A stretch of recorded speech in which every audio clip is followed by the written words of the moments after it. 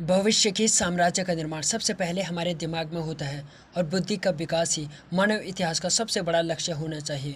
Hello gentleman, this is Mohan. आज मैं share करने वाला हूँ doctor Bhimrao Ambedkar book summary. So let's get start. Doctor Bhimrao Ambedkar का जन्म मध्य प्रदेश के इंदौर शहर में हुआ। उनका जन्म 14 अप्रैल 1891 में हुआ। डॉक्टर भीमराव अंबेडकर जाति से दलित थे। उनकी जाति को अछूत जाति का माना जाता था, इसलिए उनका जन्म बहुत ही मुश्किलों में व्यतीत हुआ। अंबेडकर सहित सभी निम्न जाति के लोगों को सामाजिक बहिष्कार, अपमान और भेदभाव का सामना करना पड़ता था।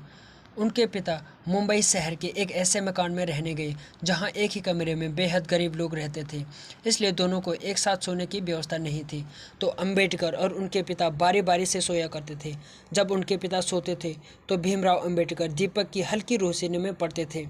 भीमराव अंबेडकर को संस्कृत पढ़ना बहुत अच्छा लगता था, परंतु अछूत जाति की प्रथा के कारण और निम्न जाति होने के कारण संस्कृत नहीं पढ़ पाए। तब अंबेडकर ने अपनी तीव्र बुद्धि के बलबूते अपनी स्कूली शिक्षा प्राप्त की और उसके बाद कॉलेज की पढ़ाई।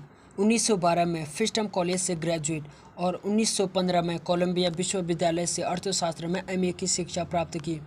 1917 में पीएचडी और 1917 में ही लंदन स्कूल ऑफ इकोनॉमिक्स में उन्होंने दाखिला लिया, लेकिन साधन के अभाव के कारण वो अपनी शिक्षा पूरी नहीं कर पाए और भारत वापस लौट आए। फिर 3 साल बाद लंदन जाकर अधूरी पढ़ाई पूरी की। इसके साथ साथ एमएससी और लॉ की डिग्री प्राप्त की। अपने युग के सबसे ज़्यादा पढ़े लिखे राजनेता और विचारक थे। कुल मिलाकर डॉक्टर भीमराव अंबेडकर के पास 32 डिग्रियां थीं। 64 सब्जेक्ट में उन्होंने मास्टरी हासिल की। 9 भाषाओं के जानकार थे और 21 साल की उम्र में ही विश्व के सभी धर्म के बारे में जान चुके थे।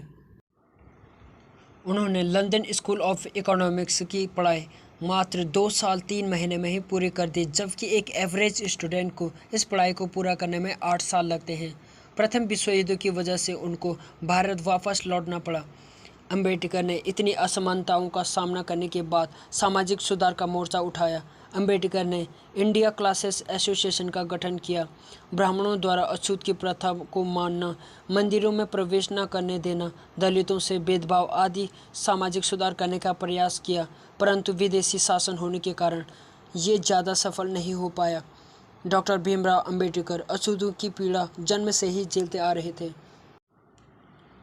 1920 के दशक में मुंबई में अंबेडकर ने अपने भाषण में साफ साफ कह दिया था कि जहां मेरे व्यक्तिगत हित और देश हित में टकराव होगा, मैं वहां पर देश हित को प्राथमिकता दूंगा, परंतु जहां दलित जातियों के हित और देश हित में टकराव होगा, मैं वहां पर दलित जातियों को प्राथमिकता दूंगा। वे दलितों के मसीहा बन गए थे। 1927 में अछूतों के लिए उन्होंने एक सत्याग्रह का नेतृत्व किया। 1937 में न्यायालय में मुकदमा जीत लिया। 1947 में डॉक्टर भीमराव अंबेडकर भारत सरकार के कानून मंत्री बने।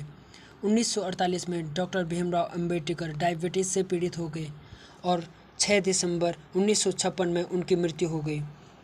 6 साल की उम्र में पहली मां की मौत हुई। 22 साल की उम्र में पिता की मौत हुई।